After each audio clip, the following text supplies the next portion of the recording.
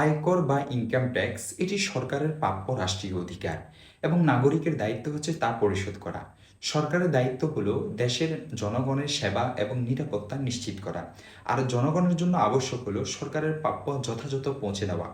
যদি কেউ সেখানে ছলচাতুরি, মিথ্যা, প্রতারণা কিংবা ধোঁকার আশ্রয় নেয় তাহলে সে গুনাহগার হবে।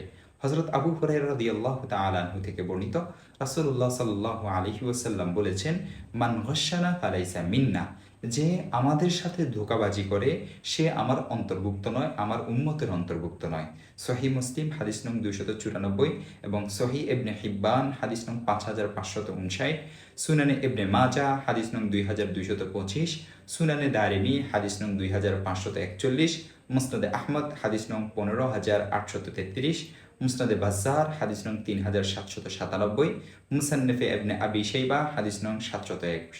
সুতরাং দেশের জনগণ যেহেতু নাগরিক সুযোগ সুবিধা ভোগ করছে, কাজেই কারো জন্য আয়কর ফাঁকি দেওয়া এটি জায়েজ নয়। ইনকাম ট্যাক্স যদিও শরঈ কোনো বিধান নয়, কিন্তু উপরোক্ত হাদিসের আলোকে এবং রাষ্ট্রীয় আইন যদি শরীয়তের পরিপন্থী না হয় তাহলে সেটা শরঈ বিধান হিসাবে বিবেচিত হবে এবং সেটা পালন করা আবশ্যক হবে।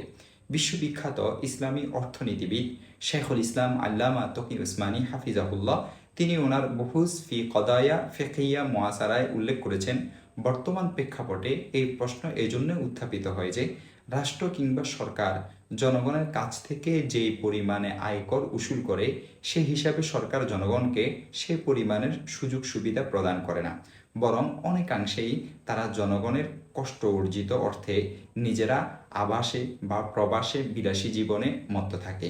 এমতো অবস্থায় কি আমাদের জন্য আয়কর দেওয়া আবশ্যক? এর জবাবে তিনি বলেছেন যে আমরা এতটুকুই বলতে পারি, রাষ্ট্রীয় আইন শরীয়ত বিরোধী না হলে সেটি পালন করতে বাধ্য। তাই রাষ্ট্রের কাছে তার ধার্যকৃত ট্যাক্সও প্রদান করতে আমরা বাধ্য। কিন্তু এই ক্ষেত্রে আমরা যেটা করতে পারি সেটা হলো সরকারের সাথে আলাপ আলোচনার মাধ্যমে অন্যান্য দাবির ন্যায় আয়কর নির্ধারণেরও ভারসাম্যতা আমরা তৈরি করতে পারি। তারা যদি জনগণের হক নষ্ট করে অবশ্যই আল্লাহর কাছে তারা জবাবদিহিতা করতে হবে, তবে আমরা আমাদের দায়িত্ব পালন করে দিতে হবে। তারা যদি তাদের দায়িত্ব অবহেলা করে তারা অবশ্যই আল্লাহর কাঠগড়ায় দাঁড়াতে হবে।